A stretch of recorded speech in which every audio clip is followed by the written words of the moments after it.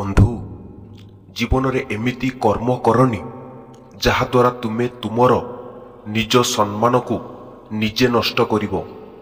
सेथिपाई ससुर आगे केबे कहिबनी टंकाटे उधार दियो।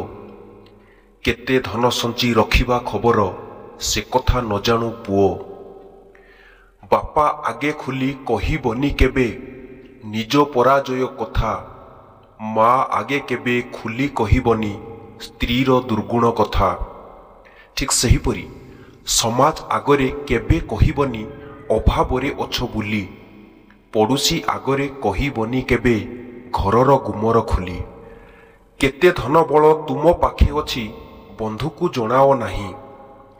शत्रु आगे केबे कहिबनी आउ मो घरे एकता नाही। मने रख मते बेसी भल पाउछंती बापा कहिबनी भाई आगे। एईटा किनिली सेईटा किनिली शुणिले भौणी मागे। तेणु बंधु निज सम्मान निज हातरे। शरीर रे किछि सुंदरता न थाए। प्रकृतरे सुंदरता थाए व्यक्तिर कर्म उपरे, तार विचार उपरे, तार व्यवहार उपरे, तार वाणी उपरे, तार संस्कार उपरे, तार चरित्र उपरे। जीवन रे एसबु अछि तो सेही मनीष दुनियार सबुठु सुंदर मनीष, दुनियार सबुठु दामी मनीष।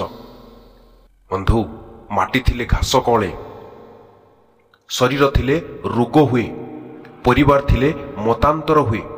हेले एहाकु मतांतर न भाबी उत्तम बुझामणा करी आनंदरे मिलिमिशि चलिले एहाकु संसार कुहाଯାଏ। प्रकृतरे नीरवता और धैर्य ठारू बड़ कौनसी गुण नहीं। नीरवता द्वारा समस्त परिस्थिति को सामना करा जाई पारे एवं धैर्य द्वारा समस्त विपद को पार करा जाई पारे।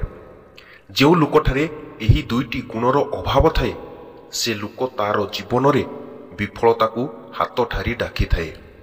जय जगन्नाथ। बंधु जदि भिडियोटी भल लगे ताहले भिडियोटी को लाइक करिवे, शेयर करिवे और चैनल टी को सब्सक्राइब करिवे।